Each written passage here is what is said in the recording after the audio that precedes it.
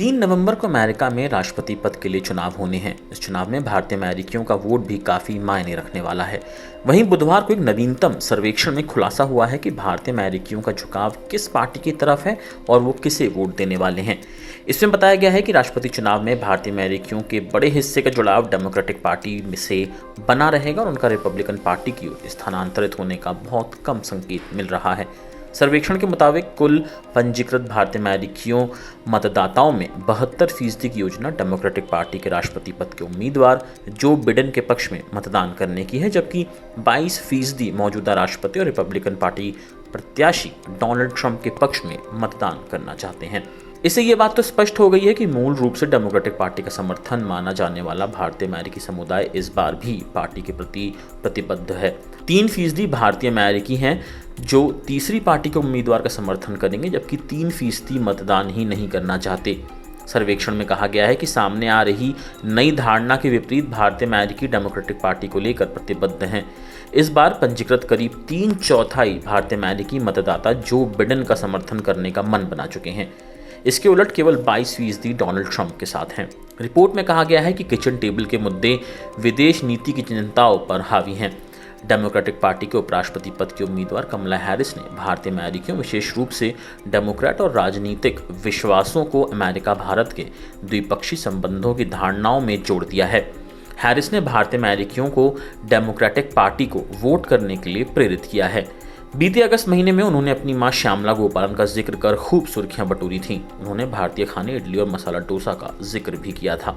ये सर्वेक्षण 936 भारतीय अमेरिकियों से बातचीत पर आधारित है। सितंबर महीने के शुरुआती 20 दिनों में ऑनलाइन माध्यम से इन लोगों से बातचीत की गई है। सर्वेक्षण में यह भी सामने आया है कि भारतीय अमेरिकी समुदाय डेमोक्रेटिक पार्टी के आधार वोट बैंक में माना जाता रहा है।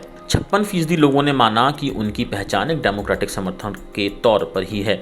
वहीं सिर्फ 15% का कहना था कि उनकी पहचान रिपब्लिकन समर्थन के तौर पर है।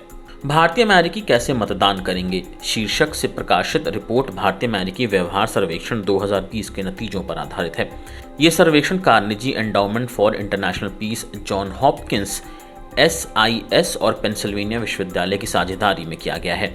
एक अन्य सर्वे के मुताबिक फिलहाल राष्ट्रपति ट्रंप के मुकाबले डेमोक्रेट प्रत्याशी जो बिडेन अपनी बढ़त बनाए हुए हैं। ताज़ा सर्वे में पता चला है कि अमेरिका के 51 में से 12 राज्यों में कांटे की टक्कर है, जबकि कुछ राज्यों में बिडेन सीधे बढ़त बनाए हुए हैं।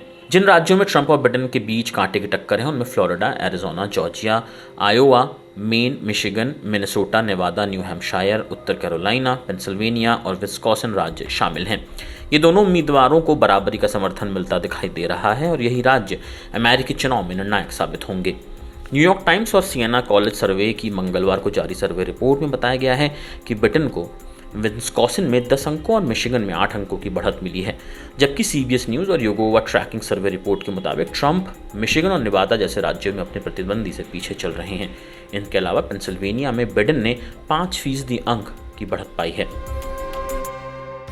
कैसा लगा ये वीडियो हमें कमेंट सेक्शन में ज़रूर बताएं और अगर ये वीडियो पसंद आया हो तो इसे लाइक और शेयर भी करें और हमारे channel Asia net news Hindi को सब्सक्राइब करना ना भूलें और इसके नोटिफिकेशन पाने के लिए बेल आइकन को ज़रूर दबाएं।